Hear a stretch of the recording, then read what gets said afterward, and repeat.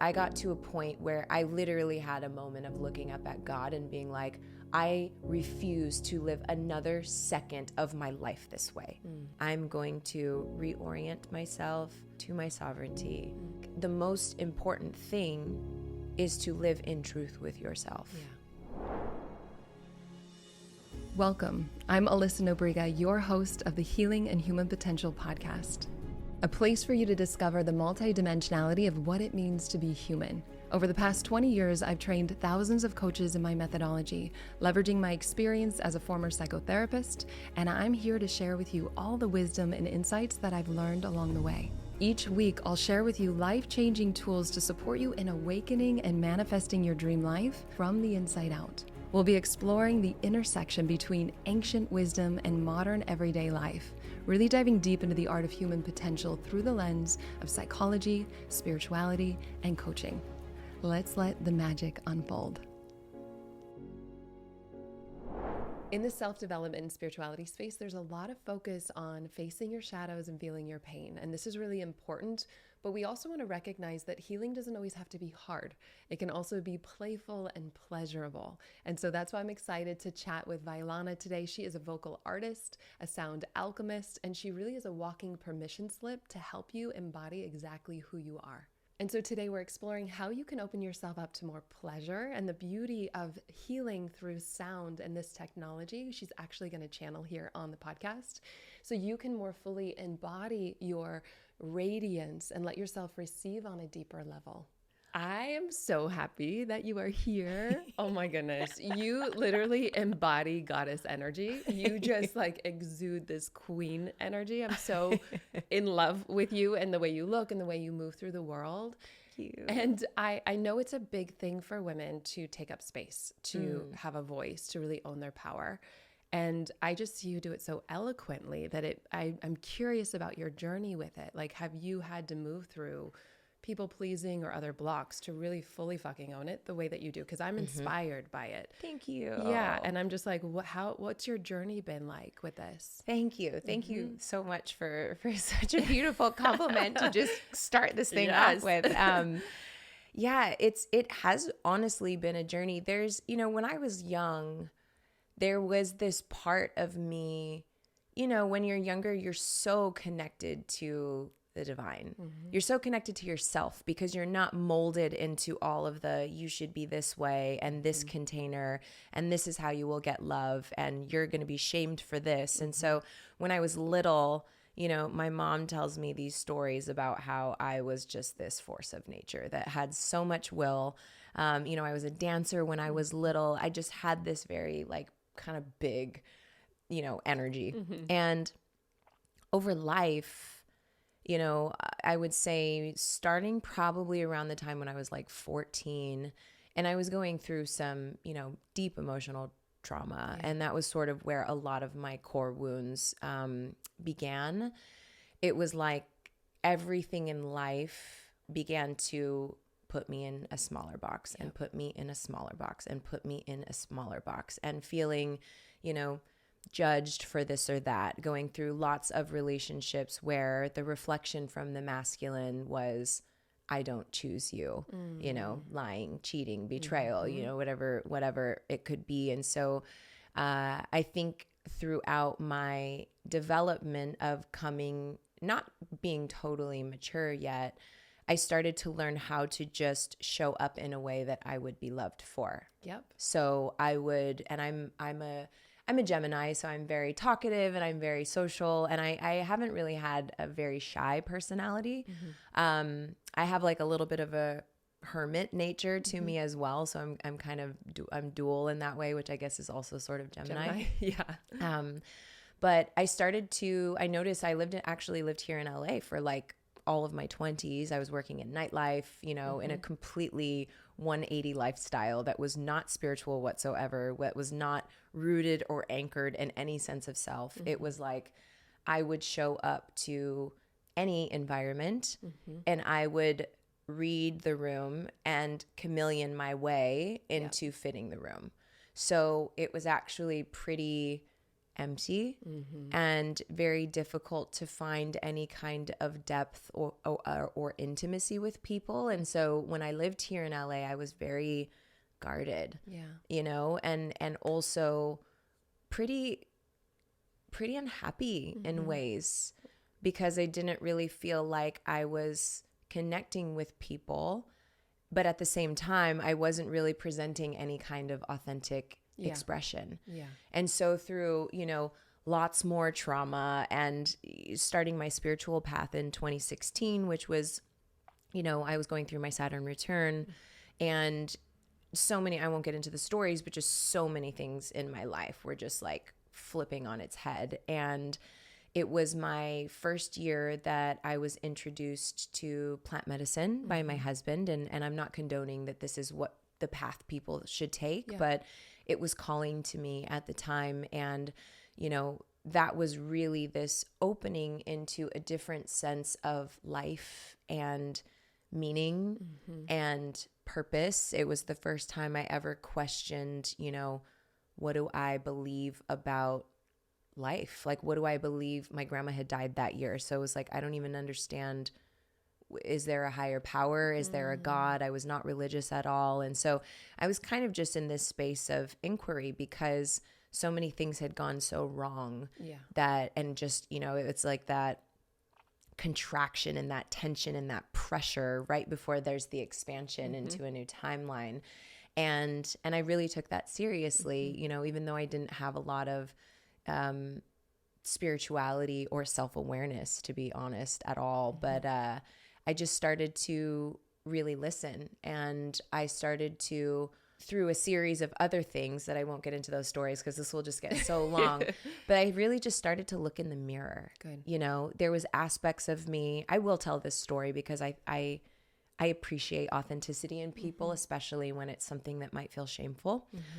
So when I was younger in relationships, I had been cheated on, lied to, like so much betrayal from the masculine and feminine. I mean, and it started young. It started at like one of my first boyfriends when I was like 14 with like a best friend of mine. So that sort of pattern started very early.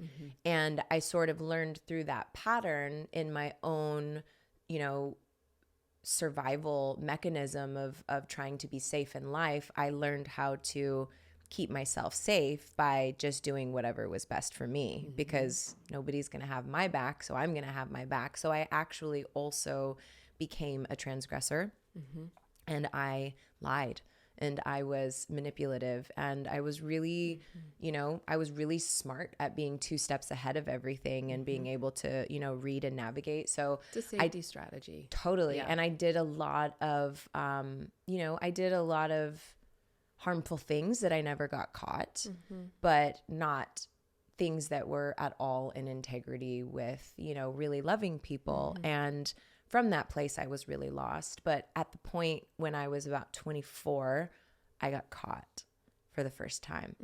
And that for me was so painful, to be the person that was inflicting, you know, or being the transgressor in, I knew what it was like to be on the receiving end of that, and to actually look at myself in the mirror for the first time and see that that was me. I was completely devastated and heartbroken. And it was a super important transition point, because I was then willing to really look in the mirror and to stop being the victim and just navigating life from a sense of my own safety strategies, and, you know, really not having a lot of care and compassion for other people's experiences. So that was a really, really big turning point. I think that was a really big defining moment. And then I love that you share that, because it gives a compassionate lens on the one that is lying or cheating as a safety strategy. So it sounds like you had pain and you were hurt. And so as a survival mechanism, you're like, let me outbeat the person that hurt me. Let me take on that side. Because if I do that, then I won't get as hurt. That's right. I won't hurt as badly. And if I'm secretive about it, I won't hurt them. So it was just like all this justification, but actually it was rooted from a place of like, this is how I know how to feel safe, because the emotional pain is so, I feel so deeply. The emotional pain is so immense. Like I to experience, you know, and it is also a distraction. If I could feel intimacy with a different person that wasn't with my partner, who was definitely cheating on me, it kind of almost softened how painful it was to find out every single time that that was happening with the other person. And so, and I think that moment was really important for me, because I had gone in so deep in being deceitful. Honestly, I had gone so deep into it. It had become such a program and a pattern of just how I knew how to operate. Like I couldn't possibly imagine telling the truth, because I felt like I was going to die. Until life was like, oh no, here's this mirror. This is actually who you are right now. This is actually what you're doing. And you know what it feels like. So like, look in the mirror for the first time.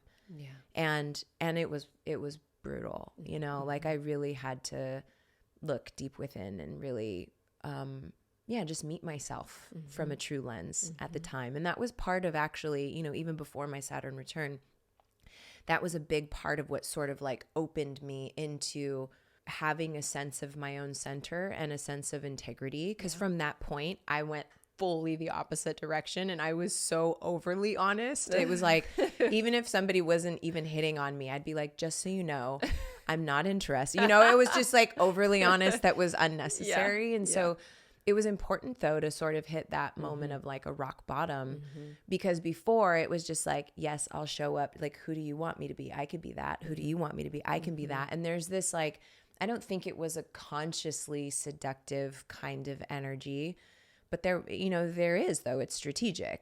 And at the time I was so young, had no sense of myself or spirituality, that was how I knew how to survive, and it worked.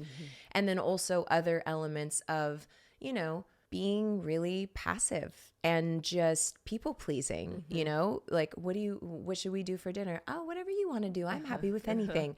No sense of my own desire, no sense of my needs, you know, so that translated in later relationships when I actually was very honest and I had a sense of integrity, and I shifted the way that I was in relationships dramatically. But then it sort of shifted into this really people pleasing, like almost kind of like my shame of what I had done. You know, the only other way that I knew how to get love without feeling like I would lose it is to just like, yeah, anything you want, you know, I can do that. And just completely dismissing any of my own desire. Like even thinking, you know, even 8 years ago of, like, what were my desires and needs? Like, if you asked me that 8 years ago, I would have looked at you like a deer in the headlights. Like, there was no sense of that at all. It was just, I would be that, which is what I felt would get loved. And through a very, you know, so for me, a lot of my life university has been in relationship dynamics, and it's been with the masculine and it's been with the feminine, because I've had really deep sister wounds as well. But I was in a relationship right before I got with my husband, who we've been married for 4 years, and our relationship is really, really extraordinary. But I was in this situation that sort of turned into a 3-way dynamic with another woman, because he began to have feelings for her when we were in a monogamous partnership. And so it was this whole wild, chaotic thing that ultimately exploded, because it was definitely, I was doing the whole pleasing and passive thing where it was like, yeah, love is love, you know, and it's not that that's not true, but it was like I was trying to live in these spiritual ideals to meet what his desires were, and completely bypassing my human that felt so unbelievably unsafe and threatened on a daily basis, and did not know how to emotionally navigate that situation. So it exploded naturally. And, you know, on the other side of another one of these sort of like bombs that got dropped, I started recognizing how there was no part of me that was connected to like actually just claiming what I wanted. Like, actually, this just doesn't work for me. I don't think that I'm built this way, and particularly not with you, to be able to navigate a situation like this. And like, I've been through so much trauma. I actually started to anchor to this need for just a sense of safety for once in my life. And I think that there's intelligence in suffering. And so throughout your story, you're like being confronted, you've done the work with it. Yeah. And the through line, what I'm hearing is that you weren't connected to yourself. And therefore, because you weren't connected to yourself, you were looking for safety outside of yourself, chameleon and making sure that other people were okay, then you to be okay, versus just skipping the middleman and really connecting with, what do I want? Totally. Yeah. And I had to have those big bombs to be like, hey, listen, you're not listening still. You're not listening still. What's it going to take? Okay, here's another bomb. There you go. How does this one feel? And, There's the graceful path or totally. And having to just find my way through those moments. And I'm so grateful for them because it is why I'm sitting in this chair right now in the energy that I feel, because I had to learn through not knowing myself, through going through situations that showed and revealed to me exactly what I don't want, so that I could clarify actually what my true desires are.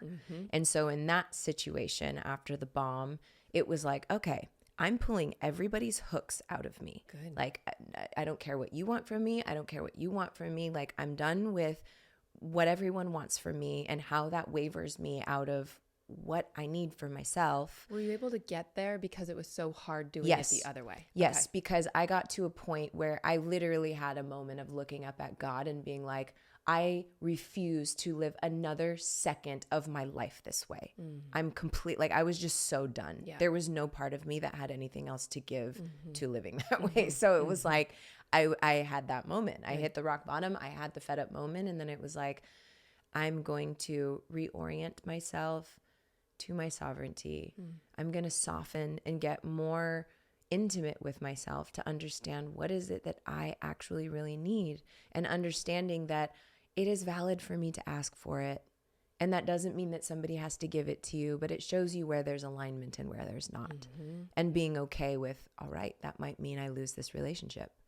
And ultimately, you know, that's what things evolved into. But what I learned through that was how important it is for me to really anchor to myself. And to actually find what my own center of gravity is, what even is my center. If I don't give myself the space, if I'm always pouring into somebody else, always giving, always doing what they want, always trying to, you know, meet them in their desires, and I have no sense of myself, like how can I ever, like, the most important thing is to live in truth with yourself.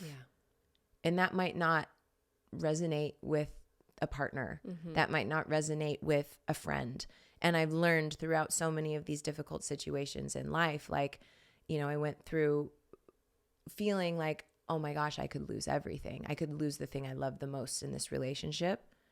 Well, guess what? What I had to reorient to is the thing that I should love the most is by living in my truth.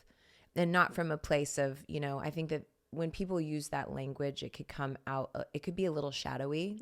Like, this is my truth. Like, it's this objective thing that you're just like planting this flag, and it's firm boundary. It's totally not anchored in yourself. No, it's like, if it has to be that firm, then it's there's probably some ego in there a little bit. A lot of twos in the Enneagram, a lot of helpers won't have boundaries, and then they pendulum to really fierce boundaries to be like, never doing that again. And that's the best. That's like a stage of it, but then developing those inner boundaries is important. And I really hear you saying that your willingness to let something that you love go was because you were able to anchor in what your authenticity and what your truth was. And I think that's when relationships, all forms, get to flower, because then they're not based in toxic dynamics. And conditioning. It's based off of truth. And that was ultimately the place that I got to, is like, oh my gosh, like, I get to live with this forever, no matter what. And that it's so liberating. Even though it's scary, you know, because you don't want to lose love. You don't want the relationship to end. It can be really fearful to even imagine trust falling into a mystery that you have no idea where it's going to go. But what I learned through so many different pathways in my life is like, I want to be the person that I want to live with forever. Yes. And if I'm resonating in that vibration, the world around me is going to magnetize whatever is in the right alignment for me. And I have that sense of trust, and I have that sense of faith in myself that I am worthy, that my experience is valid. It doesn't make me better than anyone else. But one thing my father told me when I was a little girl, I remember it was like right after college, and he told me that you always have to be your number one. Because if you're not taking care of number one, and number one isn't happy, number 2, 3, 4, 5, 10, Smart 40 man. cannot be happy for you. And he told me that when I was very, very young. Yeah. I remember us sitting around the fire and I was like, wow, that was really, like it's come up in moments where I've lost myself in relationships. That's happened so many times. It's easy when you're just enmeshing with somebody else's life, energy field, intimate fluids, like all of the things. It's easy to sort of lose your own center. And so, even in relationships, like with my relationship with my husband, we actually just went through a really difficult period and took some time to ourselves to, and it was an interesting period because I had to reorient again myself to like, this is my husband, and how can I disidentify myself as his wife, his partner, his queen? Not that I'm not any of those things, but how do I come back to like, who am I now that I've evolved through our relationship in this way? And so to go back to, that was a lot of different tangents. I'm following. I'm tracking my you. mind goes in so many spirals. But to your question, as we opened, it has been a lifelong journey to find my way back to feeling like I am willing to take up the space. Yeah. My little girl, that knew how to do that very naturally, and really was, loved for that expression until life happened. And then I forgot so that I could remember again, but so that I could remember with all of the wisdom of everything that I had to go through to actually mature into a woman. Yeah. I mean, there's so many things that we will loop back because I'm like, yes. Yeah. And I think one of the things for women is that they're afraid to shine because they think it's going to be a threat to others. And I experience you as willing to just own your voice and to shine. And I'm curious if that journey been part of what helped get you there. Yes. And own your power as well. My word for last year, for 2023, was audacity. Ooh. Because I believe that there's a sacredness and there's a word, I never know how to pronounce it correctly, in the Hebrew lineage called tekufut. It might be a little bit pronounced differently, but it's the place of radical humility, and where radical humility and audacity meet. So it's like both at the same time, which seems a little bit like paradox, but you can hold both of those. I operate a way in life that I like to optimize myself in every single way. I mean, I'm really, in my physical body, I don't work out to be an influencer or something like that, but it's just kind of like, because of the way that I care for myself too, I feel like I automatically get this stamp of like, oh, you're this because you're in shape, or, whatever it may be. And that also always kind of feels like, well, that just is what it is. But like, this is just who I am. Yeah. And there's a part of me that, I'm not doing anything in my life anymore to be pleasing to anybody. I do everything in my life because I love to be healthy, because I love to feel good in my own skin. I wear what I wear because I feel sensual and beautiful. And some days, I don't even take a shower and my hair will be oily for 4 days. And some days I let my hair be like a wild curly mess. And it's just like, whatever my flavor is for that day, I'm doing it for myself. Yeah. And the only things that I'm actually doing in the world that I really care about are to be of service. It's not because I'm trying to tell anyone that this is the way that it is. It's like, if this is inspiring for you and it calls you forward in some way, like, fuck yeah. And if it triggers you, that's equally a blessing. And so coming from that place of just being willing to take up the space, like, we all want to raise each other higher. Yeah. You know, if you are actually rooted in yourself, when somebody is triumphing and succeeding in life, you are stoked for them. If there's a part of you that's disappointed that somebody else is winning, like, inquire into yourself, like, where is that coming from? Yeah. You know?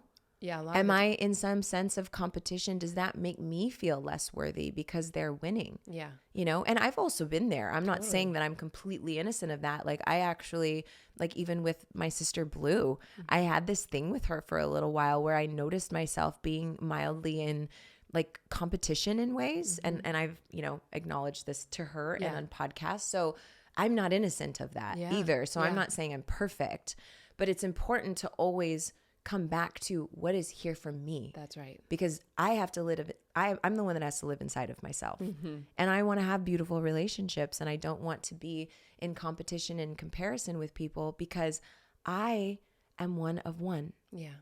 I am the only person in all of the cosmos, in all timelines, that can be Vylana in this manifestation of life. I am that part of the symphony of God, singing my note, singing my song. And every single person is that. Yeah. So if we're all trying to compete with each other and be like other people, you are completely robbing God of experiencing itself through you. Because only you can do you. So wouldn't it be more revolutionary and beautiful to really drop deep into all the ways that you can find what that is? Because every single person has their own unique medicine to give to somebody. Yeah. And it takes many different forms. Some people are great at using their voice. Some people are artists. Some people are poets.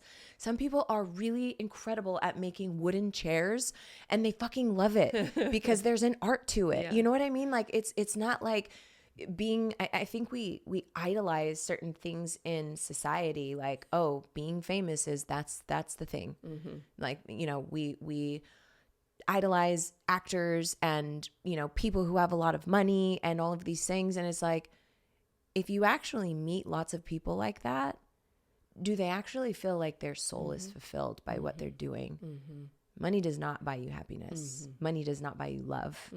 You know, it's like, I want to live my life in a way where I feel like I'm doing whatever I can to be of service and make this world a better place, you know, and like, and impacting people in a way that really inspires something in them. Yeah.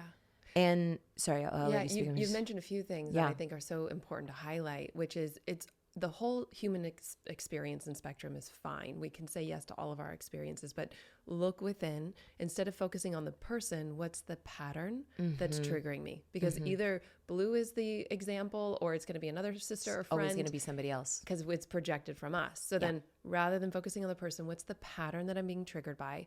And maybe it was suppressed in my childhood. Maybe anger, I wasn't okay in my family construct to feel anger. And so I learned to repress that.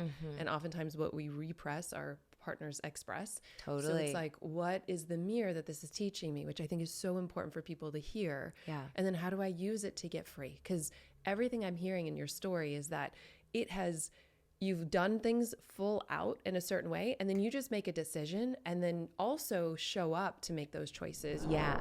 Imagine having a fulfilling career doing what you love, working from anywhere in the world, setting your own hours while making good money and a big impact. If that lights you up, then I'm super excited to share with you today's sponsor, the Institute for Coaching Mastery. This is my robust, accredited year-long certification program for newer seasoned coaches, therapists, leaders, and those just looking to up-level their life in a profound way. We have an amazing community of students from all around the world who have really started their journey to expand with us both personally and professionally. And this experience is designed to give you the 3 things that you need to thrive. So first, you have all of the tools and support you need to move past what's been holding you back so that you can completely change the trajectory of your life. And then you learn how to masterfully and confidently facilitate transformation with your clients or your team, regardless of your niche. If you want to do health, business, relationship, or you just have no idea yet, we hold your hand through that. And then lastly, you'll receive my 6-figure and beyond signature roadmap that's customizable to meet you wherever you are. So whether you want to do high ticket sales, online marketing, or you just want to hit 6 figures without ever needing to go on social media, we've got you covered. And this truly is the most rewarding work in the world. We have new students now who have a waitlist of dream clients in under a year. We also have seasoned students who are doing $80,000 months. And this is really about creating lasting transformation from the inside out so that you can share your gifts and serve the world in all the ways that you're called to. And I've seen firsthand the power of what happens when you have the community to collaborate with, but you also have the right tools and resources to really thrive. And so whether you want to do your own personal development, you're wanting to become a coach, or you're just looking for a cutting-edge approach to really grow your business, the Institute for Coaching Mastery is for you. You are held every single step of the way. And so if you want to get behind the scenes access to the Institute with 3 proven transformational tools for free to help you create the business and life you love, all you have to do is go to alyssanobriga.com/tools, or you can find us at alyssanobriga.com/apply now to see all the details and apply today. I also really love, for people to just understand I am so human. I am so imperfect and I am messy. Yeah. And there are parts of me, and I always try to be really authentic about it. Like there are plenty of parts of me that have had shame, but the more that I can just embrace myself entirely for even the parts that I would, judge and reject before, I started to come more fully into myself. Like I love myself. And I think that really emanates in my being, and in many ways through my whole journey and the beautiful way that you articulated the way that I operate in life, I'm always looking back at me. What is here for me? Because if there's something happening outside of me that I don't like, there's something happening within me that is at least co-creating it to some degree. And I think operating in that way has really just helped me to get to this place where I can sit here very comfortably and speak about my story. And,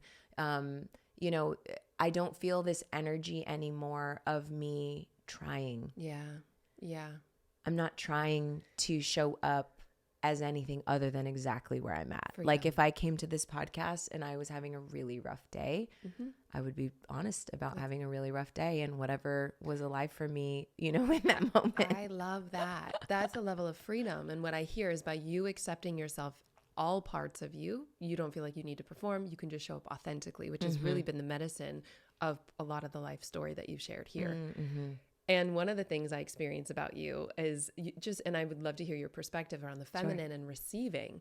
Has receiving been easy for you, or has that also been a journey? That has also been a journey. I would say... What tips do you have? How can we, because I think it's big for women, having a voice, owning their power, taking up space, letting themselves receive rather than doing, right? Rather than pleasing. What can you share with us around things that have been helpful for you to receive? Totally. I mean, I think so there's like 2 aspects of it that I want to get to. So when I got together with my husband, Aubrey, he is just the most generous man in all the ways.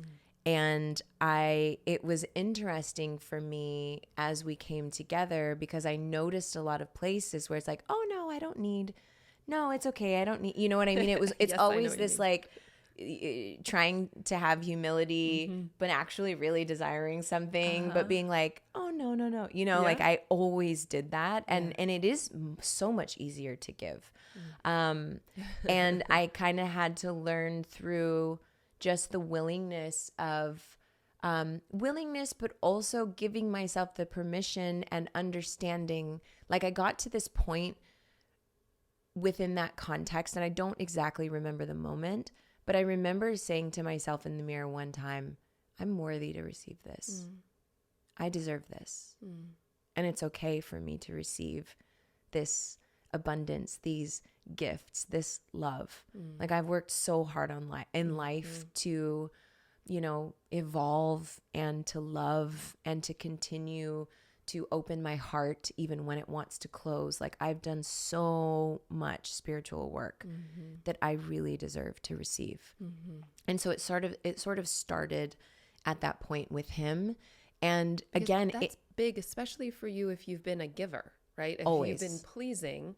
So that would be a huge jump to be like, well, I'm going to let myself receive, because who am I when I'm not giving? totally. And like, who am I if I allow myself to even receive is like the next level. So when I see you receiving, and I'm just like, that's beautiful. There must have been things that supported you. Yeah, I mean, it really started in the mirror of my husband's love, like in a really, really big way, for sure. I mean, he was sort of like the spark that ignited my own awareness that I even needed to receive in a big way.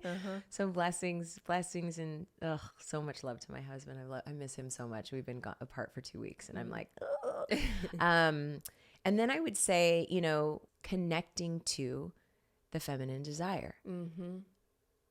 So like taking the time, and this may sound very simple, but I spent, you know, when I was going through a really tough period recently with my husband, and we took a little bit of our time apart. What I would do every single morning is I would spend about 10 minutes when I first woke up, and I would write my desires. I wrote a desire list. And it wasn't necessarily outcome oriented, because, you know, everyone has free will and you can't control other people. So it was like, I desire to feel. I desire to be so clear in my desires that I can then articulate them from a place of radical truth. You know, it was like whatever was significant for that day, for whatever I was going through. I would spend 10 minutes writing down my desires. And then with myself in my own practice, I would seduce my desires and get in my turn on pleasure energy. That energy for the feminine, it's allurement. Vibrationally, it's allurement. It's the same thing that makes, you know, an atom feel allured to another atom and create a molecule and then macromolecule. And it's like, it's part of the way that the cosmos works. So like being in our turn on energy and that vibration, it is allurement. And so I'd write my desire list, and then I would get in the mirror and I would maybe do like a little striptease to whatever sensual song, or I would listen to Cardi by Troy Boy and just twerk and watch myself in the mirror. And I did it entirely for my own pleasure, entirely for myself. It had nothing to do with anybody else. Did you do it from a place of desire? Or did you do it from a place of it already being arrived? From desire. Okay. Oh yeah. They were not manifested desires. No. Interesting. And I did that every single day because I was really emotionally in a really tough place. Yeah. And that was my way of starting my day every day, not in this energy, but getting in this energy. Beautiful. Whatever that may be. And sometimes I would do, you know, just like a sensual, like really, really slow, tender, like taking touch practice where you're just tuning into the feeling of the sensations of what it is to receive touch and what it is to give touch. It's just like simple things like that.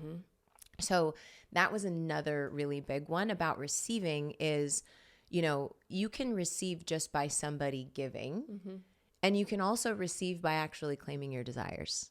And I think that's the one that's really scary for women, because they're afraid, oh, well, if I ask for my desires, I may not get them. And so, you know, maybe if you don't necessarily feel super comfortable with asking a partner for something you might actually desire, like maybe on your date night, you know, you don't want to do the thing that you normally do, and maybe you want them to create like a beautiful, unique experience for you, because that would just make you feel so alive, and you feel like it would just bring your intimacy to this like new place, you know. But actually, if you feel a little bit nervous about just speaking your desires with friends, partners, you know, family, start with yourself. I love that. Speak that with yourself. Allure those desires, and then, you know, be ready to receive them.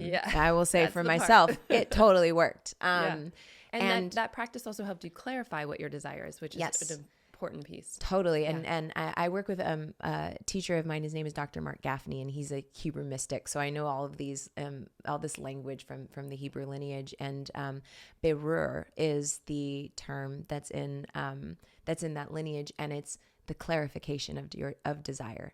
Because when you're in the clarification of desire, not pseudo desire that's coming from a place of, oh, I want this, because it will then fill this empty part of me. Yeah. And then I won't feel so empty. Yeah. And you know, so it's this pseudo nature that it's giving some kind of validation, or it's not coming from a true place. It's like, I want to manifest $1 million. Great. Why? Yeah. Is it because society says that having a lot of money is the great thing? Or is it maybe because your actual true desire is you want to feel freedom, to be able to create from a place that has no bounds? You know, like that's the actual that's berur. That's the clarification of desire. And when you're in the clarification of desire, you are acting as God. Because God wants what you want, but you have to clarify what actually that is, because when you clarify the desire, you're actually directly plugged into the divine. Yeah. It's not minimizing the part of our nature that is the nurturer. We love nurturing. Yeah. We love to give. Yeah. I love to give. I mean, anytime that I can do sound with people and be the conduit that brings them healing, awakening, bringing light into their energy body, whatever it could possibly be that I can use my voice for, I want to do it every single time, because I actually receive in giving. There's no separation in a big way. When so it's pure, there's no separation. Exactly. And so it's not saying, you know, like, stop giving. Like, giving is amazing and it feels incredible, you know, so totally give. Yeah. And like, I notice whenever, you know, like, we have a program called Fit for Service where we guide people through this year-long initiatory community experience where they go, you know, to be fit for service, you have to be fit with self. Yeah. And so it's guiding them to really go deep into different aspects of their own internal landscape so that they can fill their cup and then be able to, from the overflowing of their cup, give to others and serve. And, you know, when we're in those environments, we are being of service, though, you know, we are giving. It's like all the conversations, and it is absolutely extraordinary and beautiful. And simultaneously, you know, by the end of them, because it's 5 really long days, we're doing energy work and breath work ceremonies and ecstatic dance. Like, I'm doing performances sometime. I do sound, you know, we're giving workshops. The whole thing is just all day long, every day. And by the end of it, my cup, from just giving so much, like, it is so important for me to get body work, to, you know, have somebody hold space for it, like to take a bath. You know, Ellie, my life doula, who's here, is just amazing at nourishing me and, you know, feeding me or giving me essential oils, or, you know, it's just like that, feeling that balance. And it's never in perfect balance. It's a dance. Right. But just feeling the energy of receiving something, not in return, but just being in the receiving is so important. So important to just recharge my energy field. And the last one that I want to talk about, and then I'll let you share your reflections. Sorry, I know I'm very verbose. The last one. So I recently went to Egypt this last year with this extraordinary group of humans, and I almost went on that trip. You what? I almost went on that trip. Oh man, it was so good. So we were in the King's Chamber in the Pyramid of Giza, and I got in the sarcophagus and everyone was singing, which was really beautiful, because I'm typically, you know, the first time I went to Egypt, I never got in the sarcophagus because I was giving. I was singing for every person that got inside, and it's hot in there. And I was in there for hours and I was sweating and exhausted. So I never actually got to experience laying in the sarcophagus. So this time, everyone was singing and it was absolutely profound, but I got in the sarcophagus and I got to receive. Everyone was singing in the King's Chamber and I'm in this sound chamber, totally transported into another dimension. And I go through this crazy Kundalini activation where I couldn't even control my body or my breath. It was wild. And when I got out, I was so out of body, I couldn't even stand. So I lied on the floor, and Emily Fletcher caught me in her lap. And there was multiple other people that were there, but my brother Garen Jones was to my right. And I don't know if you've ever heard Garen sing. Yes. I have. Oh my God. Absolutely. I was so blown away by him in all the ways. Just, I'd never really seen him in his medicine man before, and it was extraordinary. So he's helping to guide me through softening, through the experience that I'm having. And he's just giving me all these verbal cues, and he's singing for me. And I had one of the most profound experiences of my life. And one thing that he said to me that just completely exploded to my heart in that moment was, he put his hand on my heart and he said, receive to the capacity that you give. Receive to the capacity that you give. And I'm getting emotional right now just thinking about it, because like I give so purely from my heart. Like I love to give. It comes from the most purest place. And whenever I sing for people, you know, their response to me is always like, oh my God, thank you so much. And I'm like, it's my honor. I love to do it. But to actually feel the energy of receiving what I am giving, it was so overwhelmed. I'm like feeling it again right now. Like I was so overwhelmed. I just started weeping because I realized, you know, and I receive so much from my husband. My nature is to be so giving. And when I actually felt the same reciprocal energy of the way that I give, being softening and opening myself to receive to that capacity. Oh my gosh, it was a really, really massive moment for me, because I recognized how important it is. Yes. And how much like I need it more than I ask for it. Yeah. Like I'm in luckily he lives 3 minutes from my house, so I'm just gonna walk over there and be like, can you sing for me today? Because I could use a recharge. I really could use some receiving, you know, but it's just so special. So I wanted to share that story because in a very, you know, multidimensional kind of spiritual way that I was experiencing it, like it really landed for me that it's a necessity and it's important to ask, you know, because it's so easy to just keep going and feel like I'm going to make it through. Like right now I'm so burnt out and like I really could use some receiving. So the second I touch down, I'm walking over to Karen's house. He's such a good man. He's so good. Yeah, we've had him on the podcast. I love such him. A brother. Yeah. And I really hear that one of the ways that you receive most that really touched you is through sound, is through song. And this is one of your greatest gifts. Yeah. And so I would love for you to just share with us about, you are a sound alchemist. I mean, the way you sing and channel is like an angel. It is such a gift. And I imagine that there's different frequencies and different vibrations for different intentions. Will you share with us just a little bit about just sound alchemy and this gift? Yeah. So, and also, by the way, like for me, the way I love giving is through coaching. So I just want you to know I'm always available to hold space for you. It's one of the ways that I love. Thank you. I'm just like, it's one of my gifts. Yeah, and so I'm like, I can feel it. I love to hold that for people. Thank you. It's an open invitation. I appreciate that. It feeds me to be able to hold space like that. I love that. Yeah. Thank you so much. I will absolutely receive. We will put receiving in practice again. Okay, good. Yeah. So sound. For people who don't know what sound healing is, it's interesting. I love that you use sound alchemy. You know, sound healing is more of a prevalent term. And I do think on one dimension, it is a healing modality. Yeah. I also think that it is so much greater than that. And it's so multidimensional. With sound alchemy, which I'm just going to refer to it as that now that we've kind of covered that base, what I am doing is I am listening to your energy field, or if it's a field of people, you know, like we have 4 people in this room right now, and I believe I'm going to sing at the end.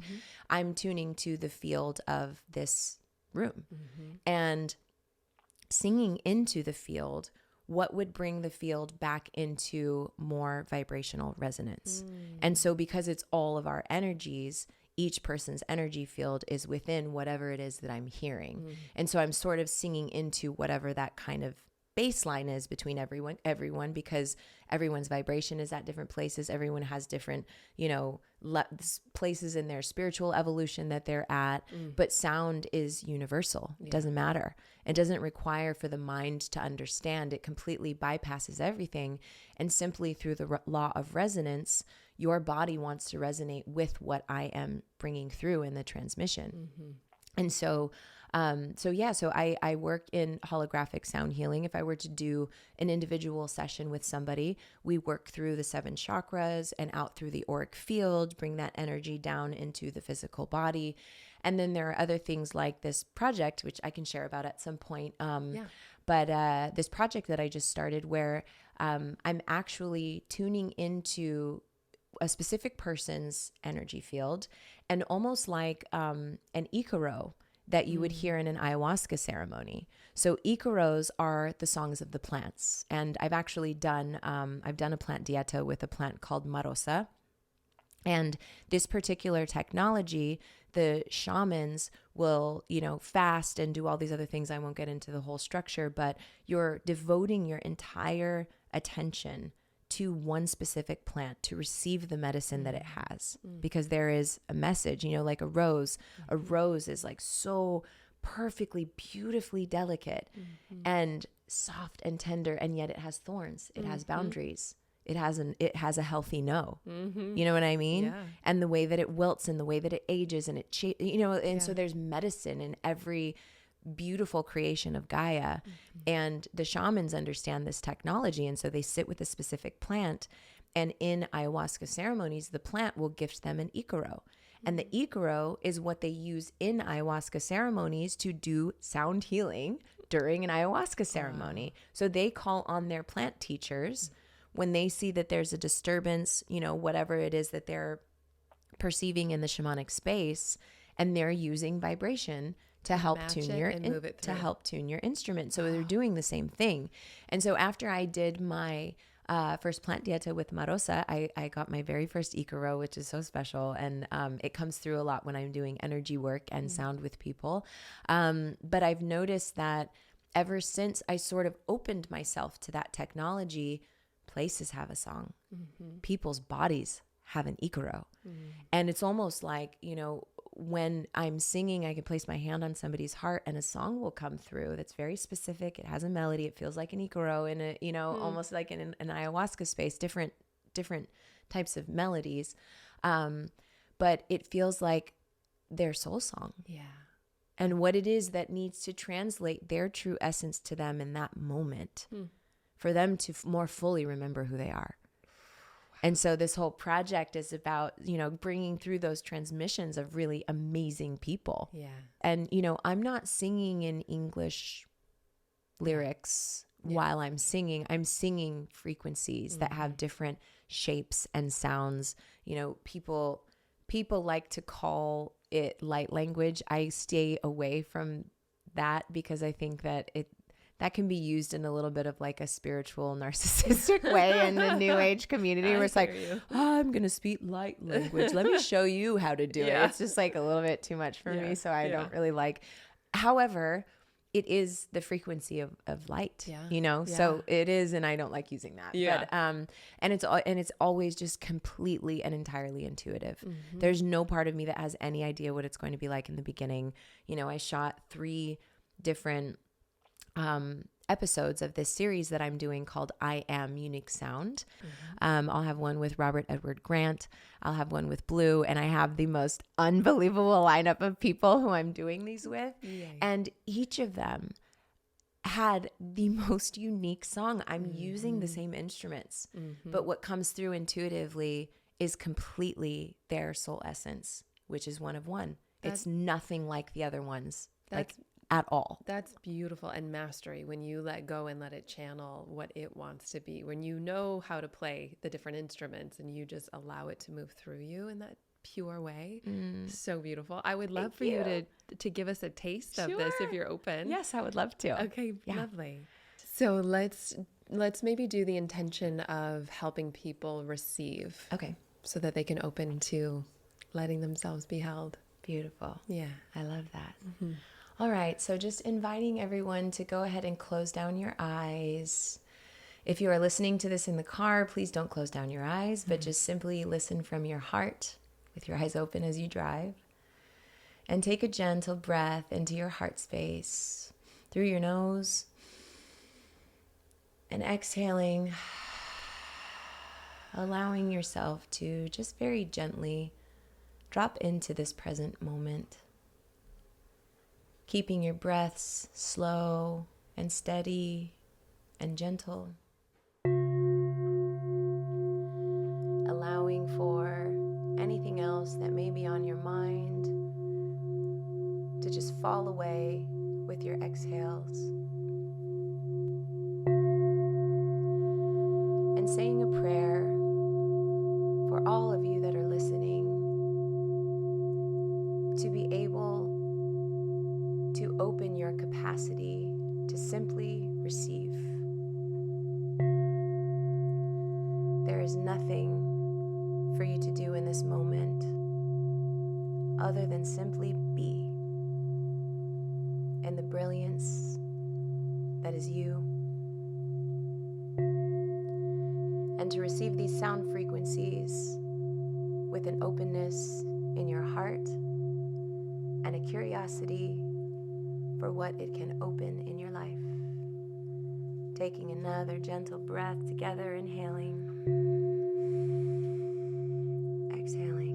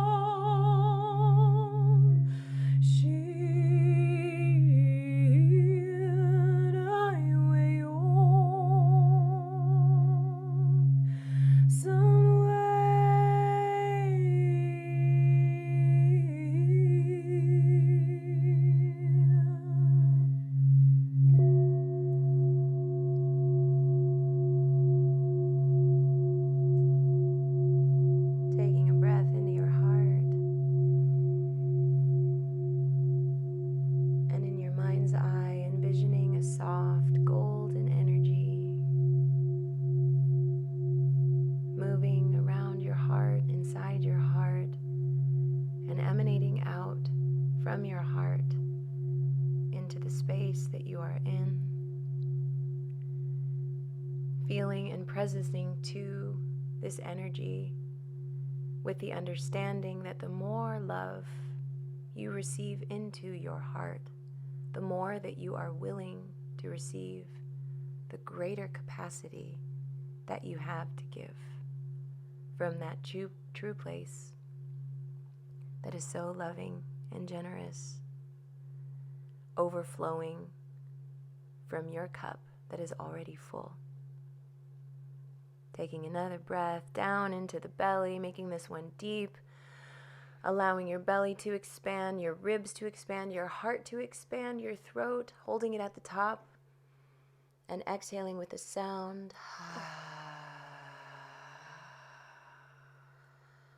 Beginning to wiggle your fingers and your toes, and whenever you feel ready, just gently blinking your eyes open, coming back into this present moment, feeling a sense of gratitude for being. Oh, wow. Wow. An angel in human form. Thank you. Wow. You just opened your mouth and I was already transported. May that just touch people's hearts, bodies, minds, and open them to the truth of who and what they already are. Thank you for your medicine. Thank you for coming on just to be an example of the divine feminine of how I see you. I just am so grateful for you. And I know people are going to want to stay connected. Sure. Where do they find you? Totally. Yeah. You can find me on Instagram at Vylana. It's Vylana. My YouTube, if you just look up my name, Vylana, I think it's youtube.com/Vylana. I have all of my music, some of my music up there. I have my album Goddess Rise I put out last year. I have a film called Rise of the Goddess that's really special. It's all about the empowerment of the feminine.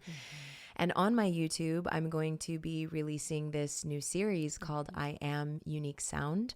I'm going to be releasing an episode every full moon. And so I'm really excited about that project. And get together with your friends and listen to it together, because you can do this in community to really amplify. and integrate, like also share with each other what came up for you. What are you noticing about, the energetic shifts in your body? Did it bring up emotion? Did it make you feel inspired to write a poem? Doing that in community can be so beautiful. Yeah. So thank you for that share. You're such a great coach. I'm already receiving. And then the last thing, we didn't get too much. I talked a lot about the difficulty of relationship, but I've had a lifetime in relationship university, and for the first time ever, my husband, Aubrey, and I are going to be teaching a course on relationships that's under the umbrella of our Fit for Service Academy. We're going to be with really, much smaller groups. Of about, probably 20 to 40 people.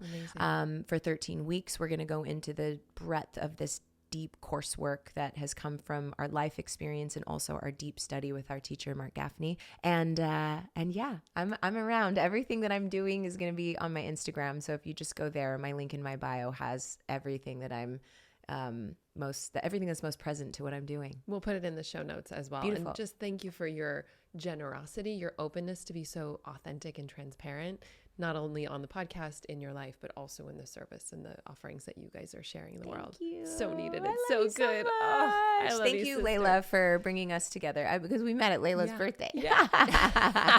So good. Love you, Layla. Love you, Layla. Beautiful. Thank you so much for doing this work that changes the world, starting with yourself. It truly does make a difference. And if you're finding value in this podcast, a cost-free way to support us is by leaving an up to 5-star review. It does mean the world to us. And as a thank you gift, we're going to send you one of the most powerful tools that you will ever discover.